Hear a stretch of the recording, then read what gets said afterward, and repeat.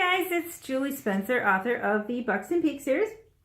We are starting into chapter 4 of Buxton Peak, book 3, The End of the Beginning. And chapter 4 is called No Holding Back. Megan, Ian whispered in the dark. He was keenly aware she was still awake. They have nothing. Their shoes are falling apart and their carpets are threadbare. They have to leave the heat off during the day because they can't afford to have it on when they're not in the building. We have to do something. What would you suggest? Megan rolled over and peered at him through the darkened bedroom. Well, I need to get them some new sneakers immediately, Ian said. Then maybe we'll plan a work day where we can have the kids help rip up the old carpet and scrape the old paint and pick out their own paint colors and really take ownership of the project, you know? Sounds like you're on the right track, Megan said. Just make sure you don't spend too much on the shoes. Why? Ian pushed himself up on his elbow to look down at her. Don't they deserve to have nice things? In that neighborhood, expensive shoes would get stolen right off their feet. Things are different in big cities. You and I have lived sheltered lives in rural communities where you can literally walk out your backyard and pick food from the ground. These kids don't have that. If one of them has more than the others, it becomes a source of contention and jealousy. I've traveled all over the world. I've been in plenty of big cities as no one has beaten me up and stolen my shoes. Have you ever walked through a big city without a bodyguard? Megan raised her eyebrows. He sighed, knowing she was right. He'd been spoiled most of his life and had taken many things for granted. Just get them something simple and high quality, but normal, everyday shoes, nothing fancy. All right. He sighed and lay back down on his pillow. He put his hands behind his head and looked up at the ceiling. The kids want to meet you, by the way. Will you come to the youth center with me tomorrow? Sure, and I'll bring some shoe samples with me. Why do you need shoe samples? Ian creased his forehead and he turned on his pillow. So they can pick them out and try them on, Megan explained. I'll have Vanessa and Rhonda help me buy a few pairs in a variety of sizes, and we can have the kids try them on, and we'll write down exactly what size and styles they each want and get them ordered. See, that's why I married you. Ian pulled her close. You're so smart. I never would have thought of that. I thought you just married me so you could sleep with me. You know me too well, Ian grinned at her. But in all seriousness, you are really smart. I don't know what I'd do without you. You're not going to start crying, are you? Megan teased him. Men don't cry. Yeah, right, she laughed. Get over here and kiss me, you sappy old man. Old? He feigned offense. The other day, Nathaniel called me a scrawny kid, and now you're calling me old? I sure feel old today after playing basketball with a bunch of teenagers. Gee, if you're too tired, she started to turn away from him. I'm never too tired for that. He pulled her back into his arms. Get over here, woman. You said you want a kiss from a sappy old man. Don't deny me now. Never. It was good of you to come yesterday, Nathaniel hesitated. I'm sorry I was rude. It's me who should be apologizing, Ian stopped him. I know I can be a jerk sometimes, but I'm trying to change. I hope you'll put up with me for a bit longer. I can learn a lot from you. Ian stuck out his hand in a truce, waiting for Nathaniel to meet him halfway. They shook hands and nodded, looking one another in the eye. Likewise, Nathaniel said.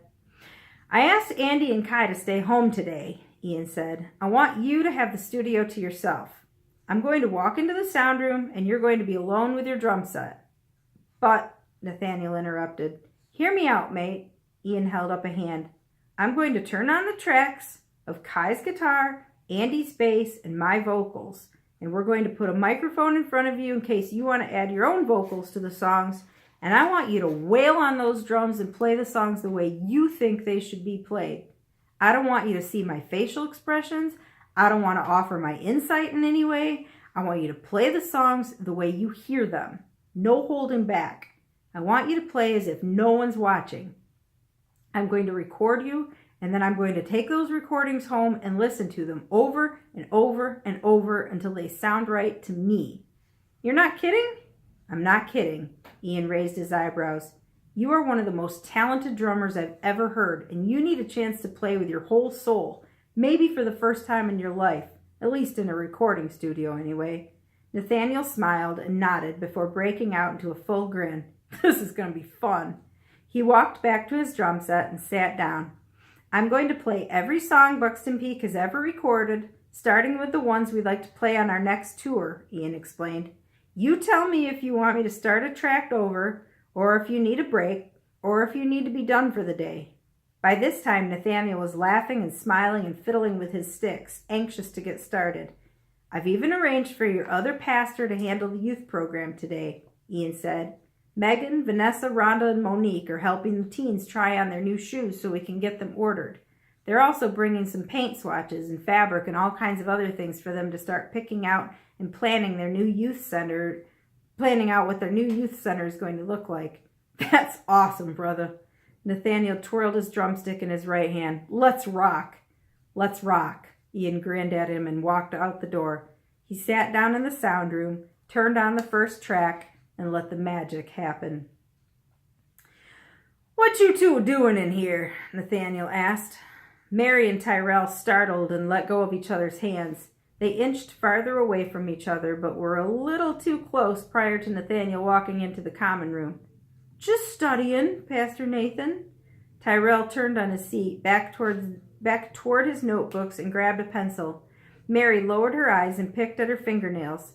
Mary's been tutoring me to help me get my grades up, still hoping for that scholarship. Is that so? Nathaniel sat at the table across from them, his large frame straining the cheap wooden seat. What class are you studying for? Math, Tyrell said. Chemistry, Mary spoke at the same time. Their wide eyes met, and Mary gulped. What I mean is, Tyrell corrected, there are so many equations in chemistry that it feels like we're studying math. Yeah, I think there's a little more chemistry going on in this room than studying, am I right? Nathaniel pursed his lips and looked pointedly at one and then the other. Although the common room at the youth center was an open area, Nathaniel could tell there was more than just studying going on, and it involved roaming hands and subtle innuendos. Well, you know, Tyrell tried unsuccessfully to hide a smile playing at the corners of his mouth. Chemistry's my favorite subject. Mary snickered and covered her mouth to hide her laugh. Nathaniel turned around and reached behind him to a shelf where he knew there was a stack of Bibles. Let's study a little more about chemistry, shall we? He began flipping pages. Both teenagers faced forward with stoic faces. Tyrell cleared his throat, reached into his backpack for a cover-worn Bible, and opened the book, waiting for a reference. This was a common occurrence at the youth center. Whenever Nathaniel had a point to make, they all knew he was inevitably going to turn to God's Word. Mary, how about if you start us out? Nathaniel said. Me? She put her hand to her heart and blinked her eyes. What? Where? Turn to 2 Corinthians chapter 7. Nathaniel began flipping pages. Read verse 15 for us. Okay. Mary gulped and leaned over Tyrell's shoulder. He pushed the Bible a little closer to her and winked. And his inward affection is more abundant toward you, whilst he remembereth the obedience of you all, how with fear and trembling you received him. Mary stopped and glanced up at Tyrell with wide eyes. Now, Tyrell, you read Proverbs chapter 6, verse 25, Nathaniel said. Tyrell cleared his throat and pulled the Bible back from Mary. Lust not after her beauty in thine heart. Tyrell stopped and held up his hands in resignation. Okay, I think we get your point. So we like each other. There's no crime in that. Whosoever looketh on a woman to lust after her, Nathan started. Tyrell joined in while rolling his eyes.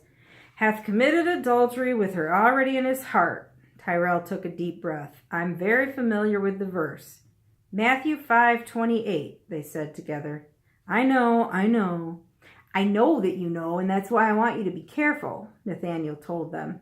You two have your whole lives ahead of you, and there's time for all that jazz later on, when you're married and older. What are we studying? A voice from behind them called out. Ian and Megan walked into the common room with the youth center, holding hands. Chemistry, Nathaniel, Tyrell, and Mary all said at the same time. Nathaniel felt as sheepish as the kids looked. Megan sat next to Mary, bumping her shoulder. The two had connected on the day everyone tried on shoes. Nathaniel heard the following day that Mary had been very helpful and a true leader to the younger kids. The guy's coming today to tune the piano, Ian said, sitting next to Nathaniel. I thought we'd come over and watch. Will you play us a song afterward? Mary batted her eyelashes and smiled at Ian. She was shy and timid, not flirting with Ian like some of the other girls. What song would you like me to play? Ian pulled the Bible closer to him and flipped through the pages. Do you know Rock of Ages? Mary raised her eyebrows, fidgeting with the corner of the worn leather on the Bible that still sat halfway between her and Tyrell. That's one of my favorite hymns. Ian got up from the table, pulled out the piano bench, and lifted the fallboard from the keys. His fingers immediately danced across the keys before he wrinkled his nose and pushed himself away. How about if I wait until after it's been tuned?